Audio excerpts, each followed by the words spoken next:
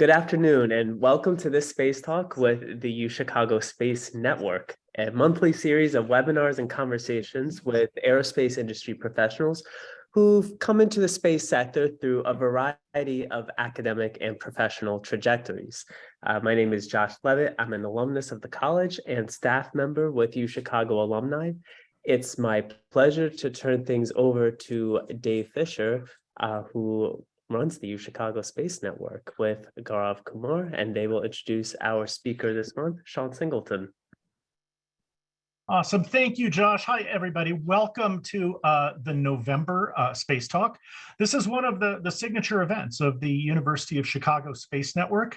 We were founded about 2 years ago, and we serve a very simple purpose, which is to provide a means for alumni and current students at the university who care about space to get together and learn, to network, to find jobs, to find new business opportunities, and just to grow professionally and personally. So it's an organization that is here to serve everybody associated with Chicago who cares about space.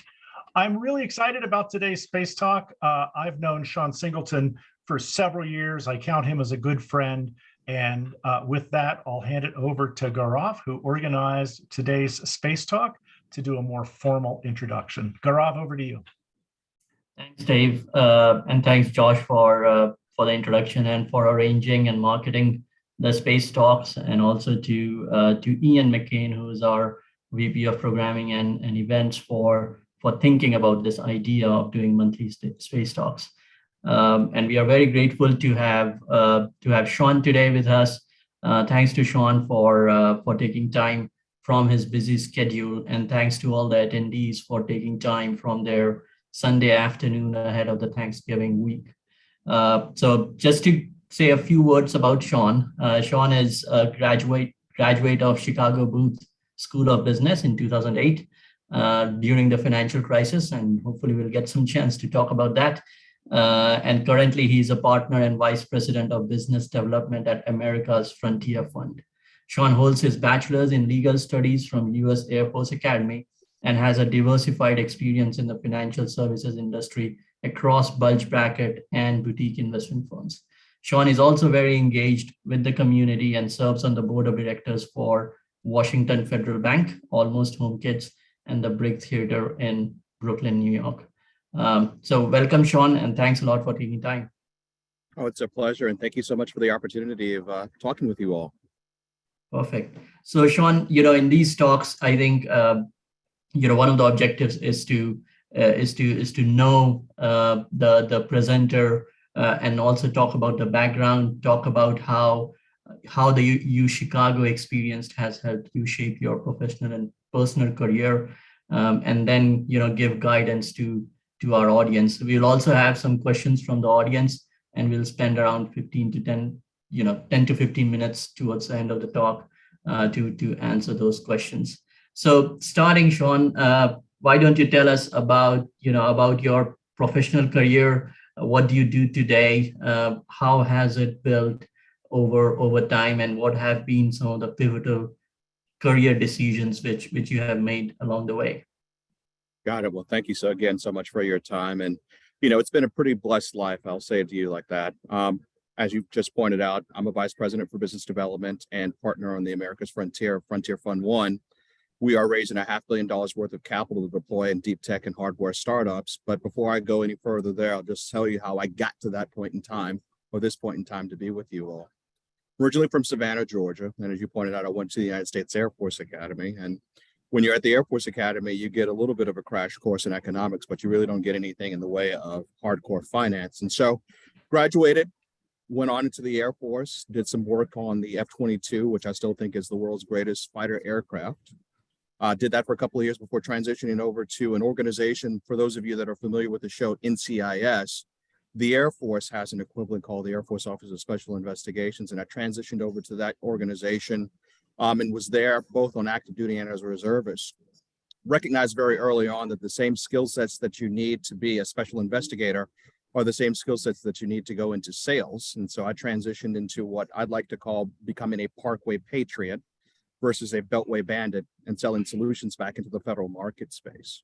And that's where I sort of first got exposure into where the world of finance and engineering capability came together to actually have outcomes that were very much, accretive to customers. While I was there, I also had an opportunity of working on a wonderful project with a lady who was just so far beyond everybody else in front of clients who had gone and gotten that professional sheen from going to business school. And she became my mentor and helped me apply to the various business schools out there. And fortunate enough, I came into Chicago Booth in 06. And that's where I first got into the world of finance. Thought I was going to go back into National Capital Region and help the federal government operate a little bit more efficiently. But then I was surrounded by a whole host of people that were recruiting for investment banking. And so, Gaurav, as you pointed out, that was right at the height of the financial markets, right before the big crash. And we had a very huge class of associates that went into JP Morgan. And I was blessed to be there for a couple of years in the investment banking, got some exposure to M&A and capital markets. And then I transitioned over to the asset management space, which eventually led me to come here to the San Francisco Bay Area. Now, those of you who have seen the sitcom Silicon Valley or have very little exposure to Silicon Valley, I can tell you that that show is pretty much spot on if you've seen it. And it's nothing like being in the Valley except for being here. And had the opportunity of working with a number of folks that also had military or public sector backgrounds that had gone into the arena of finance, and they took me under their wings to actually nurture me along. When Secretary Carter, who just recently passed, created an organization called the Defense Innovation Unit here in Silicon Valley back in 2015, 2016, he brought a group of us that had worn the uniform that also had financial management experience and a background to actually go ahead and get DoD back into the good graces of Silicon Valley. I mean, when you look at it, the origins of Silicon Valley are basically through NASA or the nuclear program that the Air Force pretty much led back in the 50s and the 60s and the 70s. But DoD fell out of favor with Silicon Valley, and we needed to actually sort of resuscitate that relationship. While I was there at the Defense Innovation Unit, I had a chance of working with a lot of the top tier venture capitalists up and down Sand Hill Road. And that's where I really was able to understand how the National Capital Region, which of Washington, D.C., Wall Street, and Silicon Valley could all come together and actually provide positive outcomes for the U.S. taxpayer and also for investors.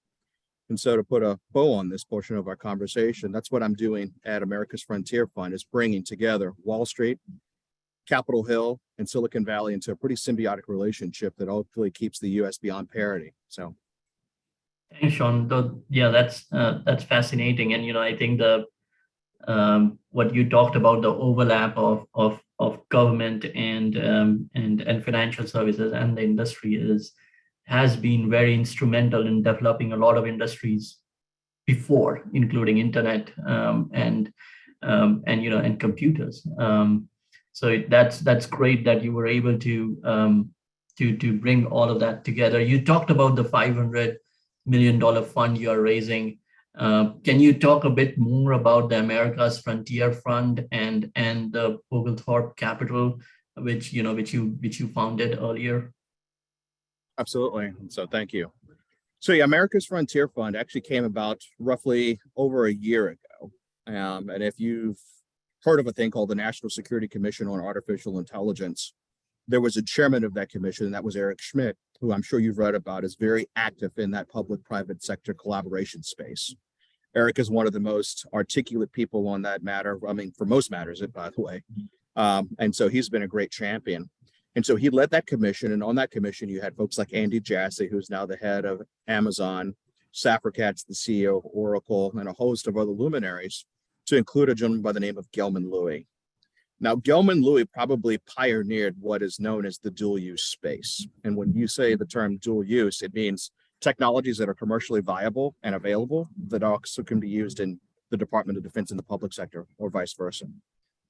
In 1999, Gelman created what is the intelligence community's venture capital arm called InQtel. And, he ran that organization for 7.5 years, did some great things. He became a serial entrepreneur and venture capitalist here in the Bay Area, running Alsop Louie Partners. And coming off of that commission, he recognized the need to actually go ahead and provide capital into very frontier-focused technologies and deep tech hardware capabilities that a lot of VCs typically overlook. mean, if you go up and down Sand Hill Road and in the 128 corridor in Cambridge, Massachusetts, you will see people cutting sizable checks into hardware intensive startups, yet there could be a lot more capital applied into those companies. And so Gelman and I have known each other for a number of years. And when he was putting together a team to go ahead and raise the fund and deploy it into, a number of areas, he brought me on board to actually do the role that I, talked about a little bit earlier.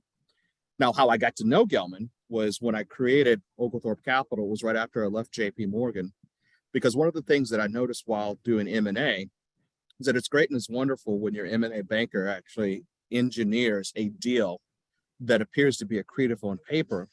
The problem is that those M&A bankers, they leave once the deal has been consummated and closed, leaving the consultants and others to sort of deal with what's been negotiated without their input to put in place to realize those synergies. And so the hypothesis that I had was not only would it be nice to help small and fledgling companies either acquire or be acquired, but once the transaction took place and that liquidity event happened, to actually stay around to actually make sure that those synergies are realized and those companies maximize the value that the acquirer or, they themselves actually seek to realize. And through that time that I was doing Oglethorpe exclusively, that's when I got to know Gelman, and, the rest is history.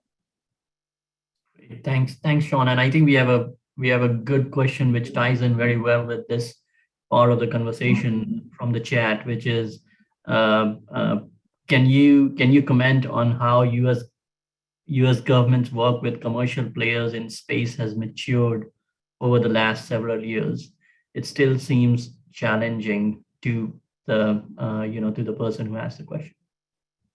It is, in fact, challenging, no question about it, yet it's getting, infinitely easier. And so as Dave pointed out earlier, he and I have known each other for a number of years, and we have a number of mutual contacts. And one mutual contact we have is a gentleman by the name of Steve, AKA Bucky Buto, and he leads the Defense Innovation Unit space portfolio. And Bucky is, one of the people that is connecting the who's who of the commercial space industry with a number of folks in NASA and a number of the government organizations that are three-letter, that actually have those exquisite satellites that hover above us each and every day.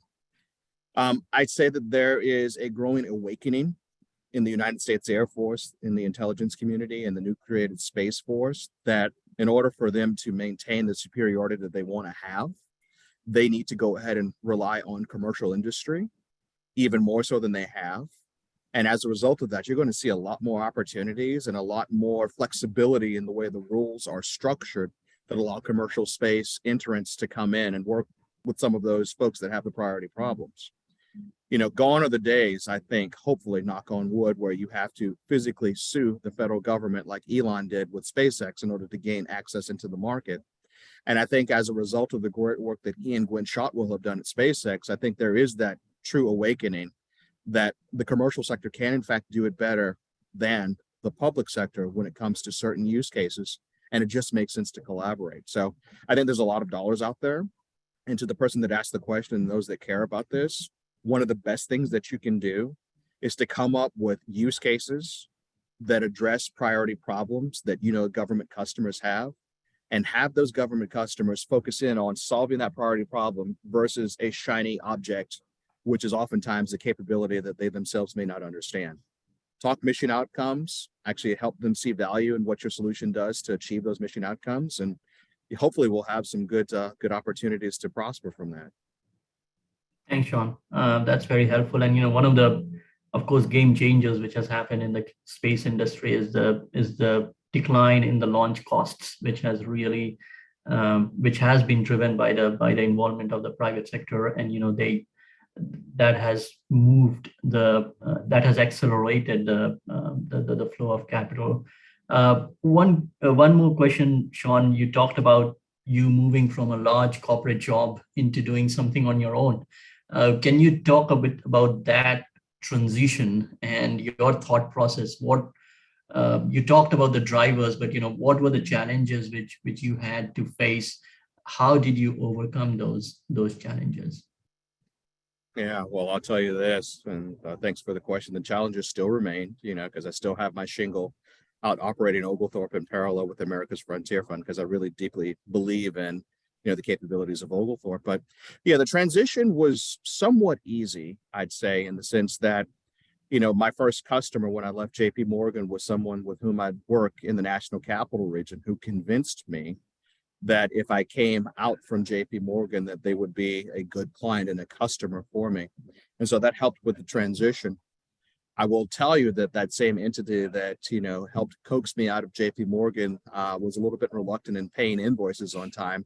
And so that was an awakening, right? If you're going to be a one-person shop, not only do you need to be the business developer, but you also need to be your accountant, you need to be your bookkeeper, you need to be, all of the facets of that the large corporation has in order for you to live to see another day, because it's pretty much eat what you kill, right?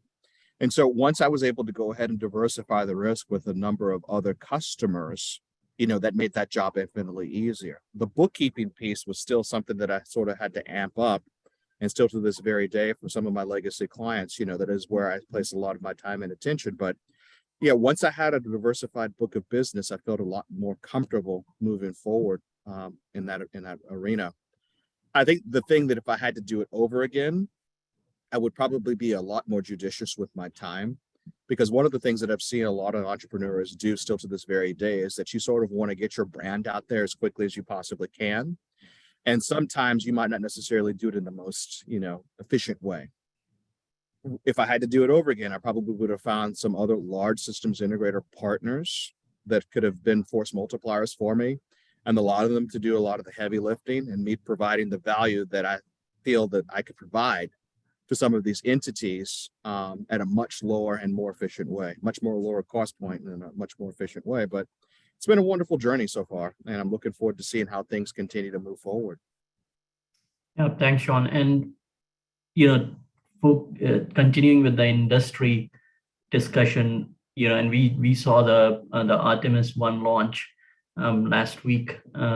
What are the next, if you had to see the next 10 to 20 years of space industry, can you talk a bit about the different segments of the industry and how and where you see the most growth and capital flow?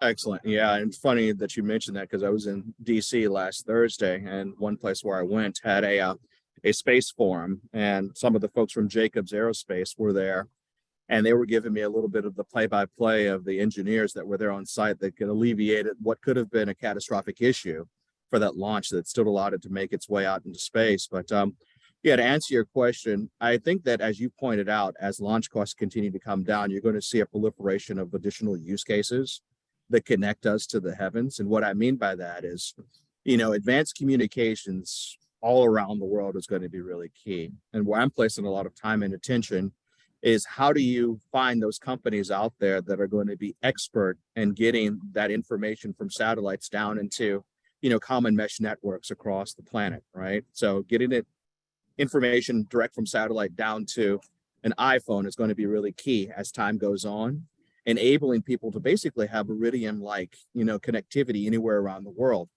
And when you have that kind of connectivity anywhere around the world, I'm really intrigued by how the rest of the world, that other 3 billion, as Greg Weiler likes to talk about, is going to actually proliferate even more and become a little bit more, I guess, to the same baseline that we enjoy here in the United States. And what kind of sales opportunities does that present to folks as they become more fluent over the course of, that development within the space communications technology?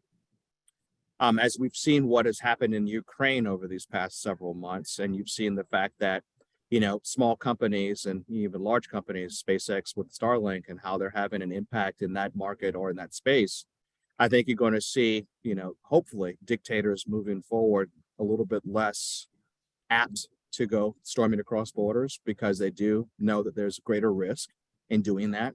Because I can tell you firsthand that there are a number of startups here that are itching to work with the Department of Defense and the public sector and knock out of the park these priority problems. And those priority problems manifest themselves greatest when you actually see conflict like that. And so advanced communications, I would venture to say hypersonics is going to be another area that's going to grow. And that's not just because of conflicts around the world, but, when you look at Boeing and what they're seeking to do, or United Airlines with Boom, and actually be able to go ahead and get travelers across the world, in a fraction of the time that it currently takes. That's why I'm placing my money as time goes on. Got it. Well, that's very helpful. Sean. And one more question around, the things you do around, the board positions. Can you talk a bit about, the board positions you have, and you do a lot for the communities. Can you talk the motivation behind that, and how someone, who is let's say 20 years behind you today could think about those things? Awesome. Yeah. And so the first board that I had the privilege of joining was the Brick Theater in Williamsburg, Brooklyn. And so I grew up, I'm a huge theater dork. I love theater.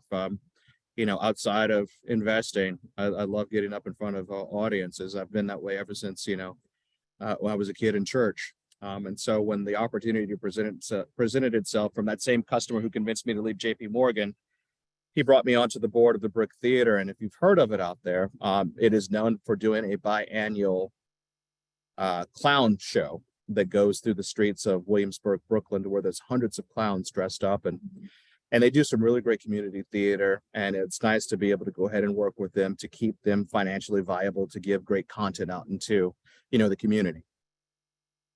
I came onto the Almost Home Kids board just this year as well. And that came about through a Chicago booth friend of mine who is the outgoing chair of that board. And the thing that organization seeks to do is provide respiratory care for kids that are oftentimes born with severe birth defects, specifically respiratory birth defects, to where if they don't get this type of care, it's a matter of life and death. And again, this is an organization that is, a pillar within the Chicagoland community, and they're looking to expand across the United States. And one of the reasons why they brought me on board is because we're trying to be a little bit more entrepreneurial as far as the expansion of the hospital and the capabilities go. And what we mean by that is that there are other pockets around the country where we feel that this business model is viable of providing this respiratory care to these kids that are born with severe birth defects. Because when you look at it from a cost benefit analysis, if you just want to stick with the numbers, we can actually take care of these children far superior to what it currently exists out there at a much lower price. And as a result of that, these kids are living a lot longer, hospitals are saving a lot of money, and you're looking at people that are, much better off in these various communities where we operate. And so hopefully, 5-10 years from now, you'll hear of Almost Home Kids being, national and the impact that we have. And then last and definitely not least is the team at WaFed, Washington Federal Bank. And we at the bank have been around for 105 years. We just had our most profitable year in the history of that institution. And I attribute that all to Brent Beardall and the wonderful operational team that's there. And how I came to Brent and that team was about 3 years ago. I was raising capital for a large mutual fund that was looking to build out their venture capital arm. And had a hypothesis that in this day of fintechs, that a number of fintechs, while they're not regulated, would love the opportunity of working with these large regulated entities that are state and local mid-sized banks. So I drafted up a list of about 30 institutions and went around the country interviewing as many C-suites as I possibly could. And, in Seattle a couple of years ago, I ended up meeting Brett, the CEO, Brad Good, who's our chief marketing officer, and Vince Beatty, our outgoing CFO, and struck up a good relationship. And they almost came into the fund. They were going to commit $10 million, but they decided to go ahead and do it organically. And I'll get into that a little bit later. So they said no, but I kept in touch with Brent. I kept in touch with the team because there were other ventures that I was doing in the fintech space that I thought they might be a good fit for, to include increasing financial literacy in children in underserved communities, and, re-engaged with them on that effort. And January of 2021, Brett was gracious enough to say, hey, we're looking to go ahead and build out our board and bring you on. If you can make your way through the process, would you be willing to entertain that? And, fortunately, went through that process, met a number of great folks there, both in the board and operationally in the company. And they brought me on last July and have been there over a year. And what we seek to do is, again, to go ahead and partner with these fintechs and become a digital first bank. And we want to do this by 2025. And one of the things that I'm most impassioned by is the fact that we're going to leverage technology to have a much better footprint in communities that we serve. So we're in 8 states currently. We might be going into 9 here in California. And when we go into these communities through the consumer reinvestment activities that we'll do, we're going to try to increase the financial literacy of students and children of our existing customers, because if you're able to work with these students and children, at a pretty fledgling and important age, they'll be customers with you for the rest of their lives. At least that's the hope. And you actually have a very positive impact. I'd say probably the thing that brings all three of these board opportunities together, and getting back to the root of your question, how did they come about? And if you're 20 years, into the future, it's by just getting to know people and just being good to people and just being, attentive to what they're saying. I think all those of you who have gone through the Chicago booth and prior to that GSB have gone through the lead class know that active listening that they teach you there is so vitally important, not only for the Tuesday that you spend at booth, but for the rest of your life. And asking those high gain questions really sort of engenders you to various people that will bring you onto their boards if they feel that you could provide value, and probably equally, if not more importantly, if they can get along with you. Thanks, Sean. That's really inspiring, and thanks a lot for everything which you do for for all those organizations. It's a great cause. Maybe we can take this question which has come up, and I don't think there should be any recommendations around investments, but there's a question about awareness of any mutual funds, ETFs, or closed-ended funds focused on investing in space-related enterprises. And I believe the question is being asked more from, it's coming from Michael, and I believe the question is asked more from a perspective of a retail investor rather than a high-end investor or high-end net worth investor who has who can invest bigger amount of money in the kind of funds which maybe are raised in the industry. So if you can just share some views or observations or information, that would be great. I appreciate that. Thanks. And so, yeah, I mean, I'm intrigued by what Kathy Wood and the team over at ARC continue to do, right? Because they're sort of trying to corner this space of these frontier technologies and capabilities. I mean, again, as you pointed out, this is in no way an endorsement of anything, but I find that really intriguing. She's taken a huge hit over these past few months, yet at the same time, I can tell you from firsthand experience, frontier technologies and deep tech capabilities take a long time to mature. I mean, case in point, if you were to invest in NVIDIA 15 years ago, you would have had some decent returns, but it wasn't until in the last 5 years that you would have knocked it out of the park, right? You look at entities like Tesla. I was reading today that, Tesla's board is going to have to deal with the fact that Elon has outsized compensation. Well, when they put that compensation package together, Tesla was worth 1/10 of what it is currently today, right? And that's largely driven by, externalities that are out of Elon's control. I mean, he had an idea, but he sort of capitalized and seized on it and moved it forward. But, those frontier technologies are really hard to actually sort of get into a bottle of, capture that lightning into a bottle. You have to have a very long time horizon. And so getting to Mike's question here, I look at things in the semiconductor space, all of the ETFs and the mutual funds that really have a concentration in that. And I'm intrigued by those. And the reason why is because, as we've seen over the last 2.5+ years during the COVID situation, how we have really become dependent upon microelectronics for every facet of our lives, whether it's automobiles, whether it's just, food delivery and a host of other different types of things. In the space environment, that's only going to exacerbate itself. And you're talking about advanced chip technologies and capabilities. Foundries that that don't exist in the United States today will exist 10, 15 years down the road, cranking out inventory that's going to really enable a lot of use cases out there that I think that if you are long the guts of what drives it all, it makes sense. It's almost like with Levi's jeans, right?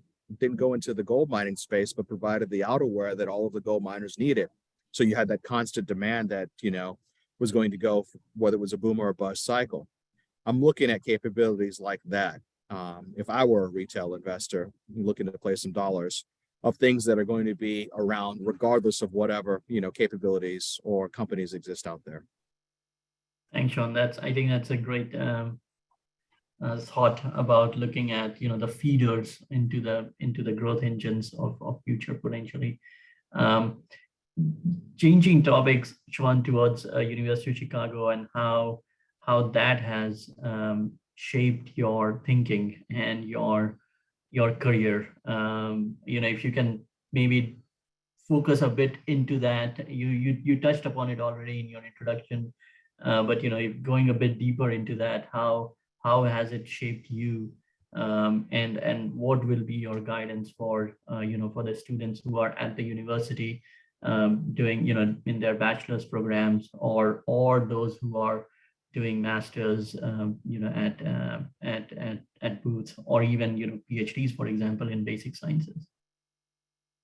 Thanks. And so I grew up a huge fan of the University of Chicago. I grew up idolizing Milton Friedman. I just thought he was really intriguing, and that worldview, even coming from Southeast Georgia, those Sunday talks or those periodic things that would be on, public broadcasting stations sort of captivated me. So I always grew up wanting to know more about the University of Chicago. I ended up, like you pointed out, going to the United States Air Force Academy. And those of you who either have gone to a service academy or know folks that have gone to a service academy, which includes, the military academy at West Point, the Naval Academy in Annapolis, Kings Point, which is the Merchant Marine, or the Coast Guard Academy in New London, Connecticut, and the Air Force Academy out in Colorado Springs. You can leave those institutions before your junior year and not incur a commitment to the United States government and serving long term. And if you go to any civilian institution and you leave after the first year, or you go, at any point in time to another institution and graduate, you're called a transfer to that institution, right? But with the service academies, regardless of how well-intentioned that person is and they're transferring to the other cadets or midshipmen at the respective institutions, you're known as someone who quit the academy. And I didn't ever want to have that in my background as somebody who quit something. I was in deep interviews with the University of Chicago to leave after my first year, because if you've ever been to a service academy, it's one of the hardest, if not the hardest year of your life, where they yell at you constantly for a good 10 months out of 12. And I really wanted to go to Chicago to actually pursue my dream of actually learning more about, economics. I didn't pull that trigger, and I kept in touch with, folks that had gone to the University of Chicago. And when having the opportunity after separating from active duty and going to Booth, it opened up what I knew I had been missing for quite some time. It was the two most transformative years of my entire life, to be immersed with so many smart people that are infinitely smarter than me, and getting exposure to things like finance and M&A and asset management or strategy consulting at the highest levels. And the thing that I love about the University of Chicago model is that it's pretty much choose your own adventure. You can go take classes, at the bachelor's level. You can go take classes at the law school. You can take classes alongside PhDs, like I did with Stephen Levitt, his class that was, another eye-opening thing for me. And as a result of that, I think that Chicago builds this wonderful community of people that have very intellectually rigorous conversations that go off and do great things in their careers. One of the things I'm really looking forward to seeing the Chicago network blossom into, and this is something that Dave and I have talked about in the past, is looking to partner and collaborate more across the university to actually build things out. And then once we've all graduated, always be on the lookout for UChicago talent to make sure that they get the benefit of the doubt as you go off and build your business or your enterprise, because that's the way I think the network only grows and grows stronger, right? I'm here in Silicon Valley, and if you're out here in Silicon Valley, you know that the Stanford Mafia just runs just about everything from a venture capital standpoint. And I know that we at Booth really want to break into VC even more. And I think one of the best ways for us to do that is to go ahead and, where there's a Chicago entrepreneur someplace, making sure that the Chicago talent that actually has access to capital is investing in those enterprises where it makes sense. And, there's the possibility of a decent return coming out of that, and just building the network that way. And, 20, 30 years from now, I think that, everybody's going to be really happy with those types of, activities. But yeah, that's what I've seen firsthand, is that power of networks is really vitally important for both institutions and individuals. Thanks, Sean. Yeah, I think Milton Friedman and all the great economists are great assets of the university. And we got one of the other economists, getting the Nobel Prize this year. So it's very fascinating to be sitting in the class and listening and learning from these great professors. Um, and And I love the fact that they don't have ego too. That's the thing that I really love, is that they come across as just being really normal people that just so happen to be blessed with a tremendous talent that's been recognized. yeah, yeah, and and there's it is encouraged to have conflicting views and opinions and debate about those things. Like, I'm sure a lot of attendees listen to Capital Isn't, which is a podcast, in the university, which talks about the other side of, Milton Friedman's theory, and why the stakeholder management and not the shareholder, addressing the shareholder needs might be a better approach. But I think it's a debate in itself to go into the theory of free markets and economics. So thanks, Sean. That's really helpful. One next question is around, again, continuing with the university theme, is your guidance and advice to the students. I know you have shared it during the talk already, but what more guidance and advice will you have, for the students who are listening, for pursuing a career in investments, for pursuing a career in space, or anything else of their liking? Yeah, and so getting back to the boards and how do you get on the boards, I think it's the same advice of being present for your classmates, being present in the moment of actually absorbing that knowledge and building bonds. I can't stress that enough, is that what oftentimes differentiates someone from a top tier job and getting it versus not getting it is that network that operates sort of behind the scenes that brings that person into that role, that dream job, if you would. For those of you who have gone through the recruiting scrum there on campus in the past, or are going through it right now, one of the things that really worked well was taking care of your classmates. And what I mean by that is this. You go, say, for example, it's Goldman Sachs or it's JP Morgan, and you're there and you're talking with a banker and you have 8 people and they have these folks that are called gunners that come shooting in and they ask these questions and they try to look really good in comparison to everybody else. Yeah, they might be very impressive financially, but that recruiter, that banker really pays attention to the person that says, Gaurav has this wonderful background. Did you happen to talk with him about this, which is relevant to this conversation? And not only does that banker take notice, but you take notice of the fact that your classmate went above and beyond to make sure that you were showcased nicely in that conversation. That builds a tremendous bond between you and that classmate, and hopefully all of you get the offers to actually serve at that financial institution. But doing those little small things like that really engenders you quite nicely with your classmates. And if the people that are responsible for opening up doors between you and the financial institutions know that you have that reputation, you're going to be that person that they recommend that Citigroup or JP Morgan or Goldman Sachs talks to, because you're the embodiment of who they want to have out there from a brand equity standpoint of representing the university. I think, again, getting back to the classes that you can take, try to take as many classes as you can that get you a 360-degree view of the career field that you want. So for me, one of the things that I went into was, investment banking. So I wanted to know everything I possibly could from an accounting and finance standpoint. At the same time, learning some strategy was really key, because yes, you want to engineer these great and incredible deals, yet you need to have a sense of what the strategy is first before even going and making a pitch to a company about why they should buy another entity.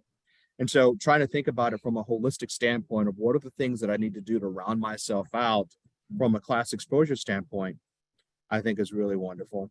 And then last and definitely not least, I'd say, again, coming back to the human interaction piece, try to partner with as many alums as you possibly can that are in the respective career fields that you covet, or at the companies that you want to be a part of or want to emulate, and allow them to know your story as best as you possibly can.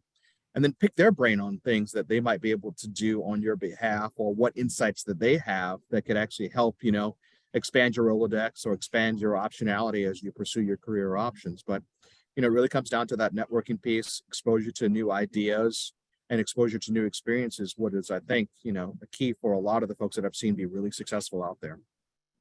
Thanks, Sean. So yeah, I think what you mentioned, be curious, be caring, and be humble, I guess, would goes a long way.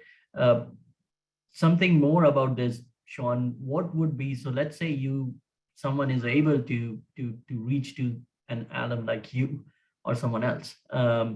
And, we all are stretched in our time and attention.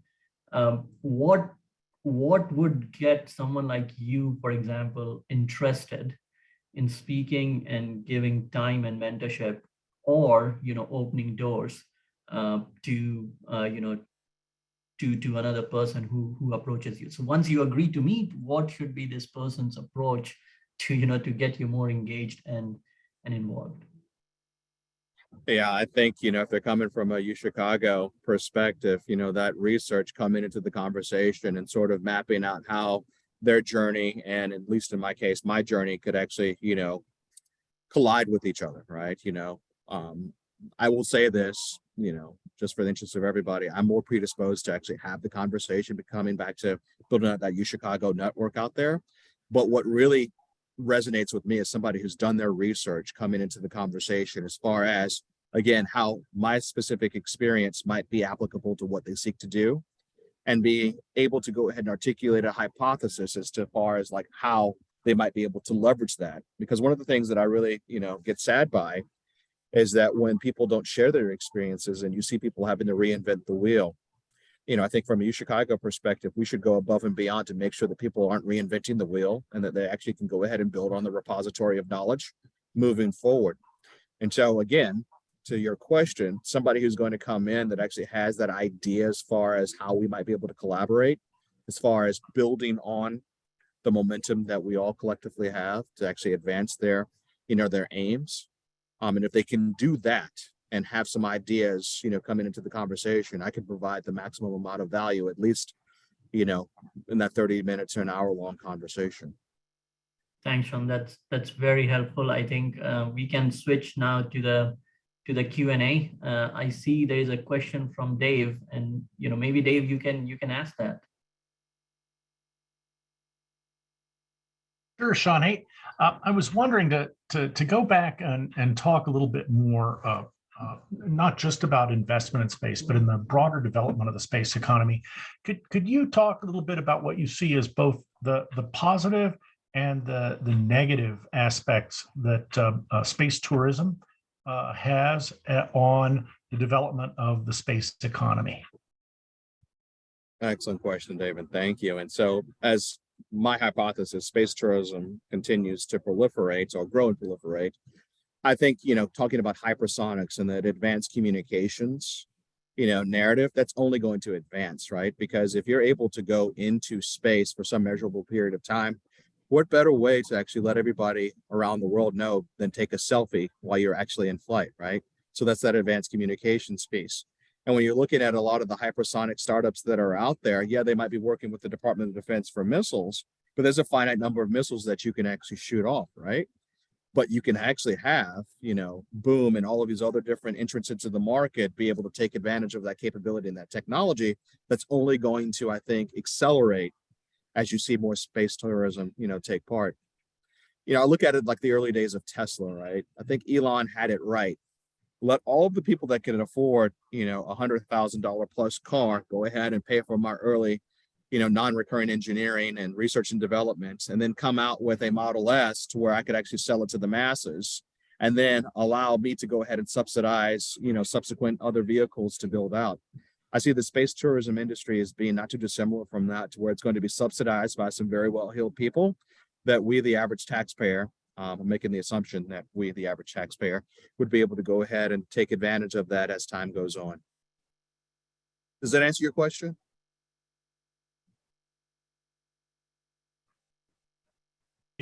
It does, Sean. Thanks. I guess one other aspect that I always worry about a little bit with the development of the space economy is is if something goes wrong early on in space tourism, and if there's a chilling effect on the development of the broader space economy, if unfortunately there's some terrible event in space tourism, a rocket failure or some such thing.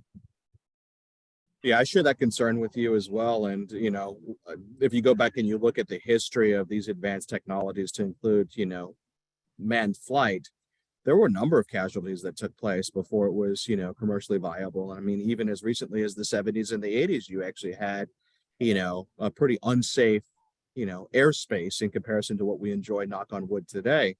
I do worry about that. I do see that as being a concern. I will say, though, that the people that are, well-heeled enough are typically those are the risk seekers. And I think that they would be, in fact, pioneers to where if it gets to a certain maturation point, I think the benefits are going to be too great and will outweigh the cost that, a number of folks will want to take on and become space tourists. And once you get enough people that are willing to do this over time and the business processes and the technologies congeal, I think you're going to look at maybe 20, 30 years from now to where space tourism is just a thing. At least that's my hope. And I just think that's just the arc of humanity is that, yes, there are challenges, there are going to be failures out there, but we seem to keep just, trudging on. There's a brave few that lead the pack and then the rest of the pack follows. Thanks, Sean. We do have a few more minutes, and I was thinking maybe we can ask you one more question and get your perspective on the journey to Mars. What do you think about that? How do you think that's gonna evolve going forward? Well, I think Artemis is a major linchpin in that, right? Of being able to go ahead and establish, capability on the moon and be able to go ahead and launch off from other places in space. I look at Mars as being a really interesting challenge in the sense that getting back to Dave's question now, there's going to be a lot of failure there because we're dealing with completely different, literally atmospherics, right? And I see that as being maybe like the first several folks that go there may necessarily not ever come back, right? I think it's a necessary thing for us to do, but I sort of worry that it might be a little bit premature as a society for us to go ahead and pursue that. But it will be those brave few out there, the Elons et al., that will go ahead and proceed forward. And if there's a way for the government to actually be a good collaboration partner with those entities out there that are willing to go ahead and, be risk seeking and take on a lot of that liability, I think that's a good way of going about it. But I would be a little bit reluctant, from a governmental standpoint of actually going long in some of these things, unless there was a really strong collaboration between the public and the private sector, where the private sector was bearing most of the risk. And if the private sector is going to bear most of the risk, that means that they should get a just amount of the reward moving forward. So if there's an ability to go ahead and, extract minerals and metals and the like, when you do these types of things, maybe they should have right of first refusal as it relates to mining those elements out there. But, it'll be interesting to see how things go. But I think there's going to be a lot of scientific capability that needs to come to the fruition in order to make that possible. And I think there are going to be some things that the National Capital Region, specifically on Capitol Hill, are going to want to have signed off on before Mars travel is going to take off in any major way. Thanks, Sean. And one more, we have time for maybe one more question, and then I'll hand over to Dave for closing. Just maybe for the curiosity of the audience, you on the emerging sectors and the growth sectors, you touched upon advanced communications and hypersonics. Any other areas which do you think launch is saturated? Do you think there are some, other, or maybe launch is a table stake now or something, but what are your thoughts on the other segments of the space value chain?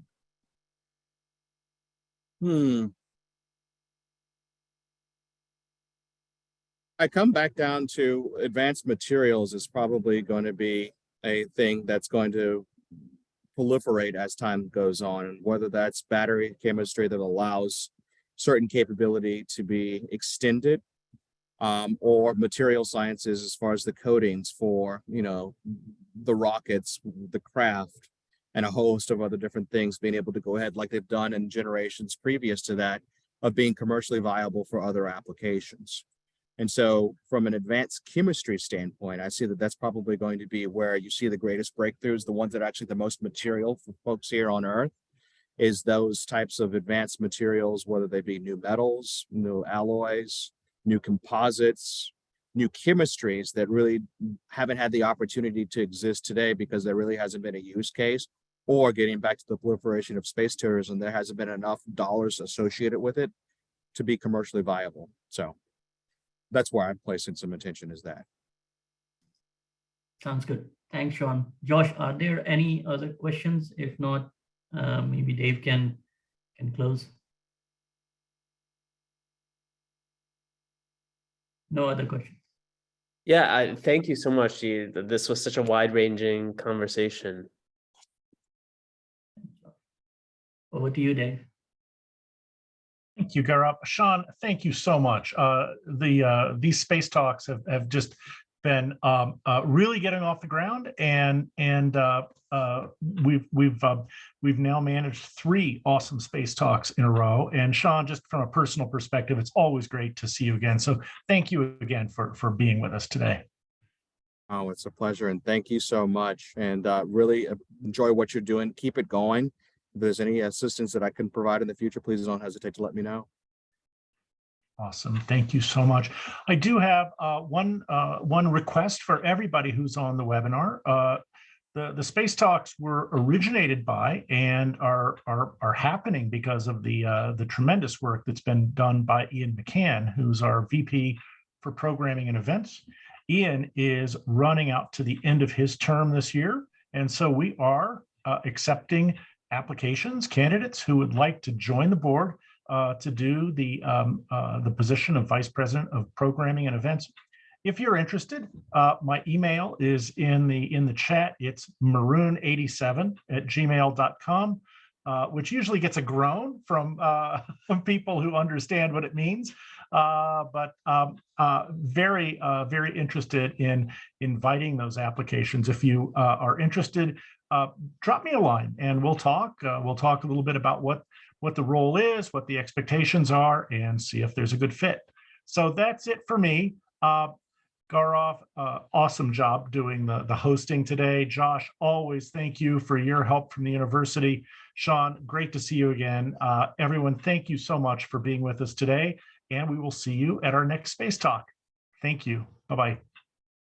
Thank you. Take care. Bye.